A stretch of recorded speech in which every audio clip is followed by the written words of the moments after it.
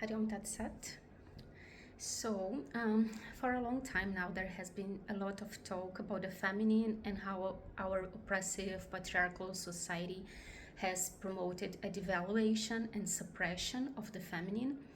One problem we run into here is that if we are situated in a specific historical moment, we are affected by it, and often we don't realize it. So we can fight against certain attitudes, but at the same time, we can be acting in accordance with what we are trying to fight against. The obvious elements of the feminine consist of the feminism, we can say, consist of understanding women as beings who should not be subjugated by men, who should have all the rights, etc. And there are very few people you'll find out there who would be openly against these things, right? But there are ways of behaving and, above all, of seeing things which are highly contrary to the feminine as a principle. As an example, I'll quote Dr. Yolande Jacobi when she talks about symbols. So she says, the symbol is a combination of the feminine aspect, masterpiece, the sense of the unconscious, and the masculine, form, image. When one overlaps the other, we no longer have the symbol, but a symptom of the symbol. And if there is a complete split between the two, there is a dissociation between the conscious and the unconscious, and then the symbol can be said to be dead. From the individual's psychological point of view, there is nothing more mysterious and intuitive vibrating in the depths of the unconscious. As a result, its meaning can be entirely scrutinized and recognized, becoming mere emotional content, just as a sign, not symbol. In this case, it can also degenerate into a psychotic symptom because it is isolated from the meaning-giving force of the unconscious. Without a relationship with the unconscious, the symbol dies. That's what she says. So this makes me think about how nowadays I see this in my field, which is dance, and also in some readings made by dancers about traditional Indian stories, and we can also see this in writers, etc.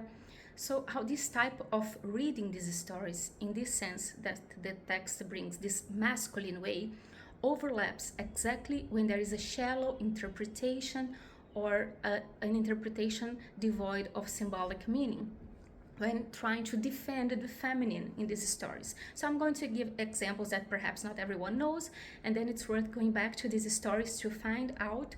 But anyway, we can take the example of Rama and Lakshmana when they cut off Shurpanakha's nose as a sexist thing. Or you could think of Krishna stealing the gopis' clothes as an abuse and a sexist act.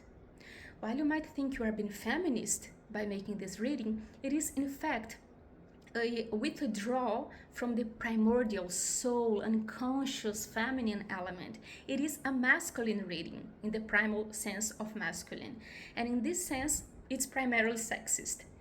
This is because it removes all the unconscious meaning to leave only the image, the visible, the sign, or the symptom. It is seen as a symptom of something concrete, and it's not seen in its subjectivity and symbolic ancestral layer. So this reading rejects history, and it lacks the feminine welcome. It lacks the plunge into deep and mysterious waters, and it is reduced to a mere social event. And this is a reflection and confirmation of the very socio-political moment we are living in, of polarization and perhaps we could say psychosis.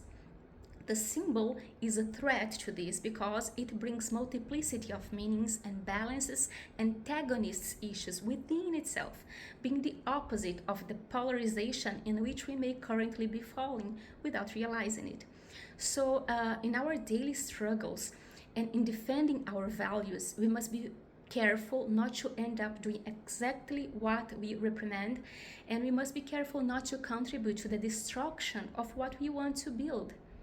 The first step we must all take is to look inside ourselves and realize our traumas, reactions, and interpretations made from a place of self-preservation, fears, and hurt, because this reaction always comes with violence, often even against what and who we want to defend.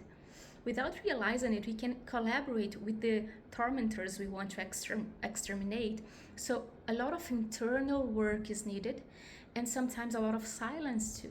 We need to take more time, breathe more, take more time to immerse ourselves, to be less reactive, be more tranquil, be more contemplative. As Jesus said to Nicodemus, do not think carnally, otherwise you will be flesh, but you will be spirit if you think symbolically. So that is the invitation I want to do here, to look at these things with a more symbolic view, which is actually more feminine. Don't try to just extract all the meaning and, understand everything and just leave this outside part, the superficial part. That is a very non-feminine kind of approach.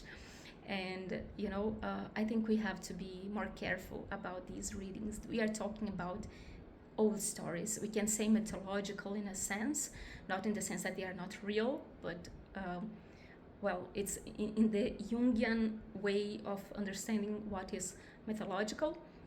So if we have this kind of very superficial approach, I don't think we are adding much.